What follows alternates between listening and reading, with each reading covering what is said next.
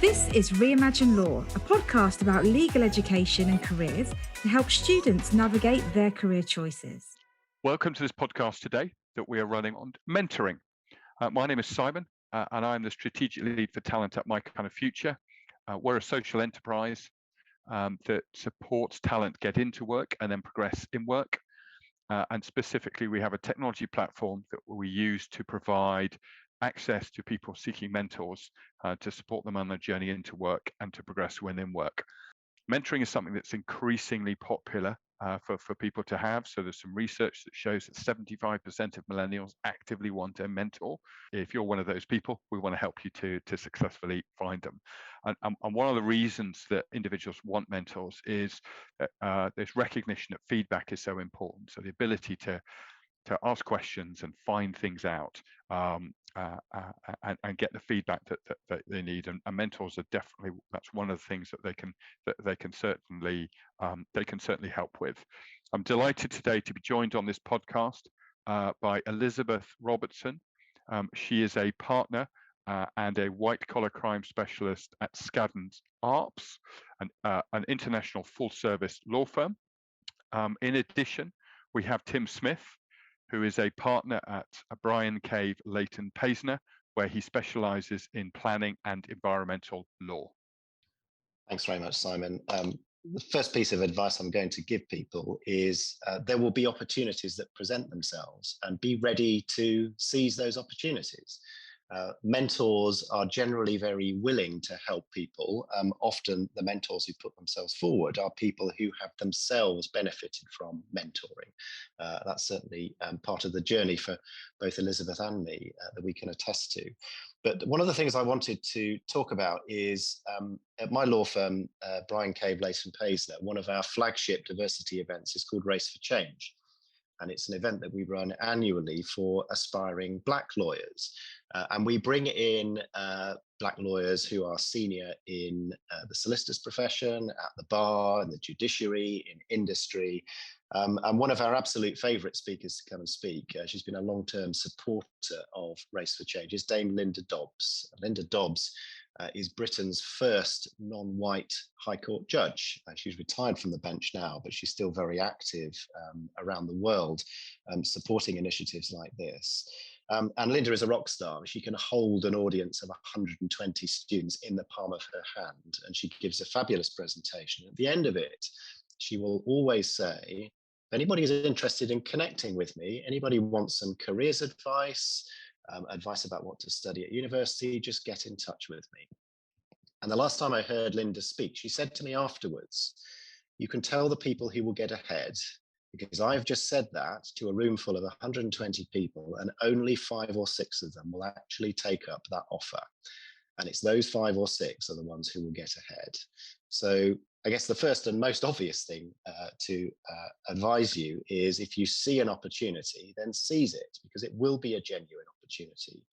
It will come from the best of intentions. And if you seize it, then you'll take advantage of what the mentor is going to offer you. Following up from what Tim said, so firstly, and we've never spoken about Linda before, when I was starting out in my career, she was one of the women that I had in my sights as a uber successful senior woman, because there were so few of them around. The first time I met her, I'd literally never met anyone like her before in my life, and she was massively supportive to me. I guess I would also add, go out there and make your own luck, if you like. The pandemic of the last 18 months has been awful in many respects and has restricted on our ability to interact with you face to face. But in other respects, it has allowed us to expand our ability to interact with you. And to talk about one of Skadden's programs, Women in Law, we would typically attract 60 or 70 women to our office in Canary Wharf each autumn. Last year, we were quite astonished to find 190 women had signed up to our Women in Law webinar, and we're going to continue to do that alongside our in-person event. And again, much like Linda, I say at the end, please do get in touch if you want to, but also people message me during the talk, and indeed my fellow partners and colleagues who do the talk with me. And they ask me, have you got 15 minutes that you could give me? Sometimes I might not notice the email on the first time of asking. I get 400 or 500 emails a day, so don't be offended if you don't get a second email. Maybe think about phoning a secretary, try again, and if it doesn't work, then move on to the next one. But just to give you an example, I had a call from a young man this week. He booked an appointment, emailed me, booked an appointment with my secretary. He's at the Open University, had a career, left school at 16, had a career in the armed forces, and is now looking to move into our profession. And he had a very structured list of questions. I was very clear that I only had 15 minutes. And it was an incredibly positive experience for me, and it seemed to be one for him too. So, use your ability via social media, whether you use LinkedIn, whether you use Instagram, Facebook, whatever it is. Firms' websites are getting better, and identify people that are not like you, but who interest you, or who you hear talk, or you've heard reports about. And what's the worst can happen? That they don't email you back. That is the worst that can happen.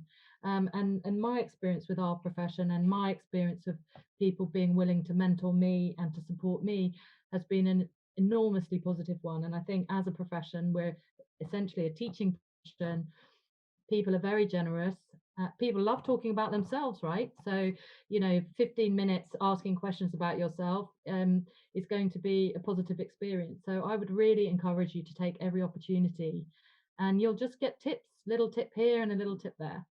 And that's really what I would like to say. Thanks, Elizabeth. And just to build on that, I think understanding what a mentor is there for is an understandable question that might be going through your head. And essentially, as Elizabeth said, they're there to help you, just and answer questions that you've got, and point you in a direction of if you said, what do I do about this? Or how can I find out about this? So what you're doing is you're tapping into all the experiences that your mentor has had through their life that they can then pass on to you. So you're kind of accelerating your experience by having a mentor. So just as Elizabeth said, have a list of questions of things that you want to know that are important to you. You're not going to be judged by the questions. It's what you need to know, and only you know what you need to know. So ask. There's something I say a lot to the people I work with, which is if you don't ask, you don't get. So again, if you want a mentor, go ask. When you've got a mentor, just ask them stuff. The worst they'll say is, "Don't know, can't answer that question." But definitely ask. So I think they're there to help you, and they're there to help you in the way that you need. They don't have an agenda. They just want to help you. So ask. That's one reflection. And I think the other thing that's happened as a result of the pandemic and lockdown is that mentoring programs have become more agile, and historically, and in your view of mentoring might be, well, that's a 1 hour meeting and I sit down and I have a conversation with them for an hour and it's planned and all that kind of stuff. And as Elizabeth said, it can be much shorter and sharper than that. So they've become much more agile. There's definitely a rise of what I would describe as digital mentors. So people that you can connect with all over the country, all over the world, to support you, and you can have Zoom calls or Teams calls with them. So I guess my fundamental message before I hand over to Tim, because I know he's got some views on this, is when you think about mentoring and you think about a mentor, think about if you had any question you could ask, you can just go to your mentor. That's what they're there for you. They don't have an agenda for themselves.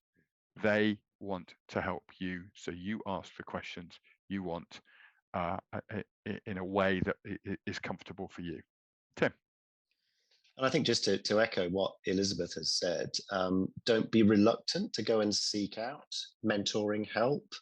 The tendency often for people, especially if they're looking for mentoring from senior colleagues, is to say, well, they're going to be terribly busy. They won't have time to do that. And gosh, if you're getting 400 or 500 emails a day, you probably don't have a lot of time for other things.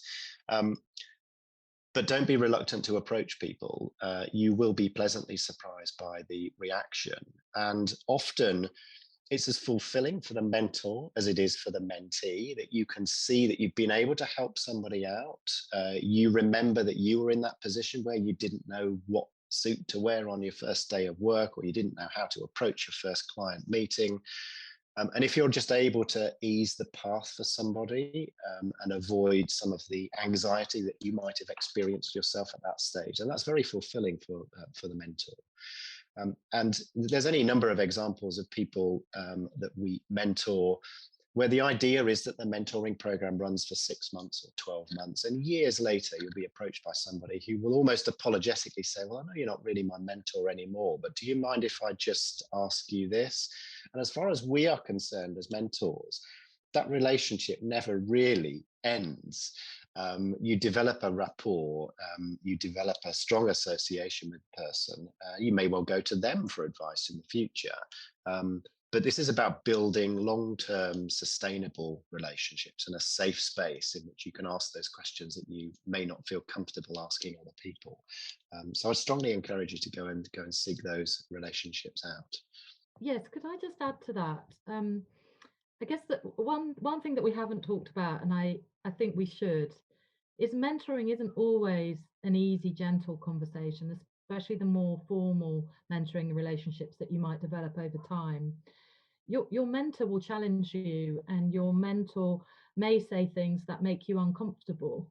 But that is what's so special about the mentor-mentee relationship, right? There's somebody who accepts you as you are and is giving you guidance in terms of how to navigate particular issues, our profession. It might be how to apply for the next stage of promotion. It might be about how to change your job. But I've heard some lovely things from my mentors to me, but I've also had them say some very challenging things to me that I've found difficult at the time, but have reflected on, and nearly always it's been right. And the other thing is really just to follow on from what Tim said. Be open about what your mentor gives you, even if it's not a formal mentor. So I have a couple of mentors, one at Slaughter and May and one at my own firm. And I haven't been very good at telling them how valuable they are to me. And certainly in one case, he hasn't really understood that he is my mentor in that formal way. So it's just to really emphasize that both parties to a mentor-mentee relationship get a lot out of it if you're curious and if you're really willing to talk openly about the challenges that you're facing. Thanks, Elizabeth. And just for some closing comments from me when it comes to mentoring, it is one, I think it's hugely useful to have a broad range of mentors. Often people think, and I think Elizabeth was alluding to it a moment ago, you have one mentor. You can have multiple. These are people who are there to help you on your journey. And particularly if you're still in education right now and you're thinking about what might be the right career for me, or the right role within that career, you're probably going to want to speak to a multitude of different people, who can help you. And some of those relationships that you have might be quite short, and some, as Tim talked about, might go on for years and, for years and years. So, that there are people who can help you. And if you're thinking about what might be right for you, please don't think you can only have one mentor. You can have any number. I think the other thing I would say is where to find mentors. So Elizabeth's given you some things that you could potentially do, but also in my organization, we have a technology platform. And one of the ways that we're using it is called Get Into Work. And on that platform, as I talk to you today, there are hundreds of mentors from lots of different organizations and lots of different sectors, including the legal sector, who are there, if you like, ready and waiting to act as your mentor. And we'll put the link to that platform. It's completely free for you to use, but we'll put a link in the show notes to this podcast for you to access it. And it comes back to my point. They come from lots of different sectors, including the legal sector, and and they're there and ready and willing and waiting to answer your questions and to support you on your journey to get into work and then progress in work. So hopefully, that could be really useful for you. So I'm going to hand over to Tim for his final comments, and then Elizabeth. Thanks, Simon. I think the thing I'd like to reassure people of is this is firmly on law firms' agenda now. Any serious law firm is looking at how they create an inclusive culture and a culture in which people can thrive. And if you think about it, that stands to reason, doesn't it? As law firms, we're a talent business. If we don't have talented individuals, we've got nothing to sell. So of course, we're going to seek out the talent wherever we can find it. And having captured that talent, we're going to nurture it and allow it to achieve its full potential. And some of the things that we've spoken about this morning are just a few of the examples of how we're able to do that. So I think the time is right to exploit the opportunities that are available and to seek them out if they're not immediately obvious. Elizabeth. So just to echo that this is an absolute priority for all law firms, not just in the UK. There's lots of different ways different firms choose to implement these kind of programs, and it can vary depending on whether it's a large law firm, an international law firm, or a small specialist law firm. And perhaps you should be thinking about what kind of environment you might like to work in when you're picking your law firm. It's also increasingly being built into the training contract.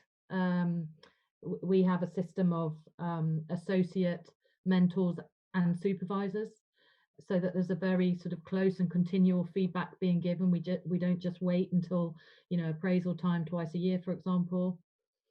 And we also make sure that it now extends beyond perhaps 3 years PQE, where I think historically perhaps law firms thought mentoring didn't need to go on. But certainly somebody who's 25 years PQE, in my case, post-qualification experienced, I still value my mentor relationships. I still get huge value from them. And they've been really one of the joys of my legal career, to have those close relationships with people in a work context who've assisted me invaluably. And that's the reason why I'm talking to you today, really. It's an opportunity for me to give back. Yeah, there's one other theme that I was going to maybe talk about. It's a buyer's market. So go and look at these law firms and get a feel for what they're really like. One of the downsides of the pandemic and lockdown has been that firms have had to step back from in-person vacation schemes and work experience. But one of the upsides of it is that your accessibility for outreach, your geographic accessibility is hugely increased. So I think the likelihood is that law firms will continue with at least a form of virtual engagement. And if they are doing so, then seize that opportunity.